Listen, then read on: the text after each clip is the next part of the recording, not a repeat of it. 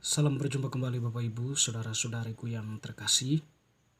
Pada kesempatan ini saya mengajak kita kembali lagi untuk mempersiapkan sedikit waktu kita mendengarkan sabda Tuhan yang kita ambil dari Penginjil Markus bab 12 ayat 35 sampai 37.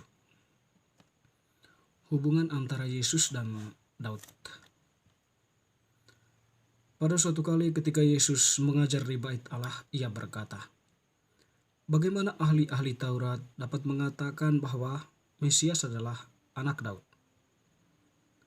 Daud sendiri oleh pimpinan Roh Kudus berkata, 'Tuhan telah berfirman kepada Tuanku, duduklah di sebelah kananku, sampai musuh-musuhmu kutaruh di bawah kakinya.' Daud sendiri menyebut dia tuannya. Bagaimana mungkin ia anaknya pula? Orang banyak yang besar jumlahnya mendengar dia dengan penuh minat." Demikianlah sabda Tuhan. Terpujilah Kristus. Bapak Ibu saudara-saudari yang terkasih, Penginjil Markus yang kita dengarkan tadi menampilkan kepada kita yang mengisahkan tentang hubungan antara Yesus dan Daud. Jadi kalau kita membaca dalam kitab suci secara khusus ya, Injil yang sering kita dengarkan dalam perayaan sabda, dalam perayaan Ekaristi maupun dalam kegiatan-kegiatan pendalaman iman lainnya di kelompok kita masing-masing.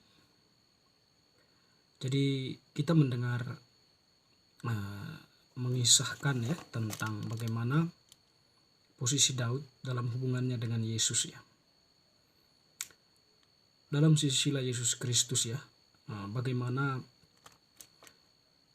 silsilah keturunan itu dibacakan ya, yang sampai pada akhirnya bahwa Daud itu disebutkan dan Yesus pun Yusuf yang adalah keturunan Daud ya, yang juga merupakan ayah Yesus dalam arti pemeliharanya, itu menjadi bagian dari keturunan Daud. Ya, secara tidak langsung Yesus juga merupakan keturunan dari Daud atau bagian dari silsilah itu. Dan tentunya silsilah ini ya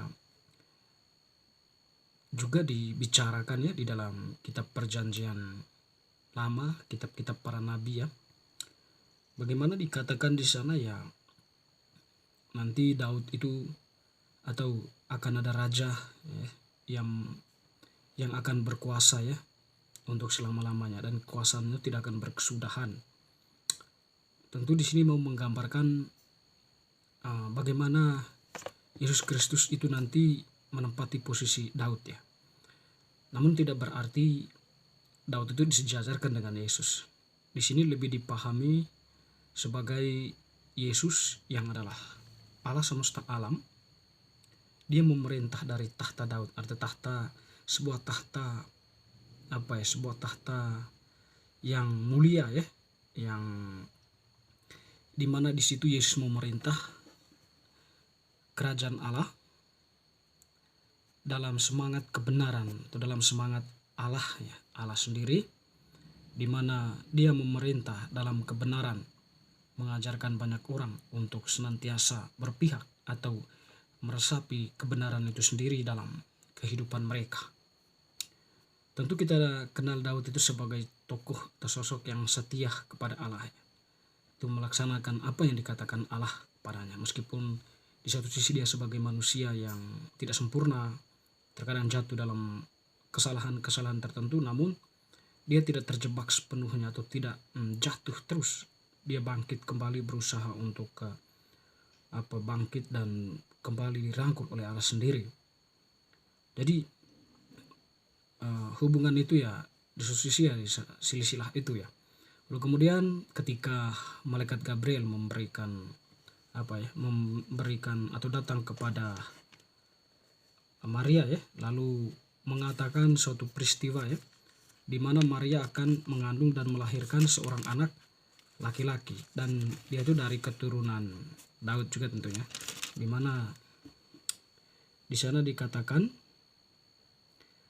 dan Tuhan Allah akan mengaruniakan kepadanya tahta Daud bapa leluhurnya, dan dia akan menjadi raja atas kaum keturunan Yakub sampai selama-lamanya ya. Jadi di situ mau menggambarkan sebuah hubungan ya. Yesus itu nantinya akan memerintah ya. Tuhan Allah akan mengaruniakan kepadanya tahta Daud bapa leluhurnya itu ya, katakan sebuah hubungan keluargaan itu kepadanya. Nanti pemerintahan Daud itu akan diserahkan kepadanya, tentu dalam hal ini ya seperti yang kita katakan sebelumnya, tahta di mana Yesus memerintah dalam kebenaran. Dia memerintah sebagai Allah, mengajarkan banyak orang tentang kebenaran atau kehendak Allah. Dan teman-teman saudara-saudari yang terkasih, Yesus sendiri tadi ya dalam bacaan penginjil Markus yang kita dengarkan mengatakan bahwa Daud sendiri dipimpin oleh Roh Kudus berkata, Tuhan telah berfirman kepada Tuanku, duduklah di sebelah kananku sampai musuh-musuhmu kutaruh di bawah kakiku. Daud sendiri menyebut dia atau menyebut yang kudus itu ya sebagai tuannya. Bagaimana mungkin ia anaknya pula? Ya tentu di sini ya Yesus mau menjawab orang ahli-ahli Taurat ya yang mengatakan pada bagian awal tadi, pada suatu kali ketika Yesus mengajar di bait Allah, ia berkata, bagaimana ahli-ahli Taurat dapat mengatakan bahwa Mesias adalah anak Daud ya. Ya tentu di sini Yesus mau mengatakan anak Daud itu ya Salomo kalau kita mengerti secara biologis ya. Tetapi pemerintahan Daud atau Daud itu dia itu dalam kepemimpinan itu ya diarahkan oleh Roh Kudus ya. Dan posisi tahta itu nantinya yang datang atau yang menggantikan posisinya itu ya bukan manusia yang seperti biasanya atau manusia yang yang biasa-biasa saja, tetapi dia itu adalah seorang yang lebih tinggi dari Daud, selebih berkuasa dari Daud, bahkan kekuasaannya itu mencakup seluruh alam semesta ini, yaitu Mesias itu ya, bukan dalam arti dikatakan oleh Yesus tadi itu ya Mesias itu adalah anak Daud ya, tapi lebih pada di mana Mesias itu berada dalam berada atau menduduki tahta Daud, tetapi dalam posisi dia memerintah melebihi Daud. Nah, dalam arti ini ya Yesus yang memerintah sebagai raja semesta alam ya. Dia sebagai Allah seperti dikatakan tadi ya, memerintah umatnya atau menggembalakan umatnya di dalam kebenaran, di dalam roh, sehingga mereka senantiasa terarah kepada suatu jalan yang benar atau menuju ke suatu tempat yang dijanjikan oleh Allah sendiri ya, di mana hidup yang kekal itu. Tentu di sini ya pemerintahannya itu lebih pada pemerintahan tentang kebenaran ya, bagaimana bertindak, bagaimana mempraktekkan kebenaran itu dalam kehidupan. Kalau bacaan sebelumnya kita mendengar dua hukum kasih itu ya, atau hukum utama itu ya, mengasihi Allah dan mengasihi sesama. Jadi sekiranya di sini kebenaran itu menjadi praktek nyatanya ya dalam kehidupan itu. Jadi Mesias itu memerintah dari tahta Daud, tapi dalam kuasa yang lebih besar ya, di mana dia memerintah dalam kebenaran. Tapi kalau kita kembali kepada diri Yesus ya, Mesias itu adalah Yesus ya, kepenuhan janji Allah. Jadi Yesus itu menduduki tahta Daud ya, lebih pada sebuah refleksi kita bahwa Yesus itu adalah memang raja ya, raja atas segala ciptaan ini, itu raja semesta alam ya. Jadi pemerintahan Yesus itu ya mencakup seluruhnya. Tadi semangatnya itu adalah kebenaran, kehendak Allah ya, Allah sendiri. Dan di sini ya hendak memberikan sebuah penegasan atau memberikan kedudukan Daud itu ya diangkat sedemikian rupa dalam tataran Allah ya. Pemerintahan Daud itu adalah sebuah pemerintahan yang baik ya, di mana di sana ada kesetiaan kepada Allah, ada cinta ya, ada perhatian kepada kesejahteraan orang-orang yang dipimpinnya dan sebagainya ya.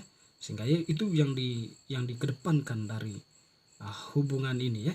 Jadi Yesus yang menempati posisi Daud, tapi kuasa Yesus lebih mulia, atau memperteguh kedudukan Daud itu, di mana dalam pemerintahan itu sebagai seorang pemimpin mesti ada semangat itu kesetiaan, ada semangat berkorban ya, ada semangat melayani, yang semuanya tertuju kepada kesejahteraan umum, kesejahteraan terhadap semua orang yang dipimpin, kebaikan bersama, bonum commune. Jadi Bapak Ibu Saudara-saudari, itu refleksi sederhana kita ya berkaitan dengan hubungan antara Yesus dan Daud. Dan untuk lebih dalam lagi, kita bisa membaca dalam referensi-referensi yang lebih kuat ya, di mana kita di sana menemukan titik-titik tertentu yang semakin memahami kita, atau memberikan pemahaman kepada kita yang lebih dalam. Sekiranya refleksi sederhana ini membantu kita untuk sedikit memahami bagaimana hubungan itu dikatakan di dalam kitab suci, dan juga ya apa inti yang mau diambil dari hubungan itu untuk kita. Semoga bacaan hari ini semakin meneguhkan iman kita. Amin.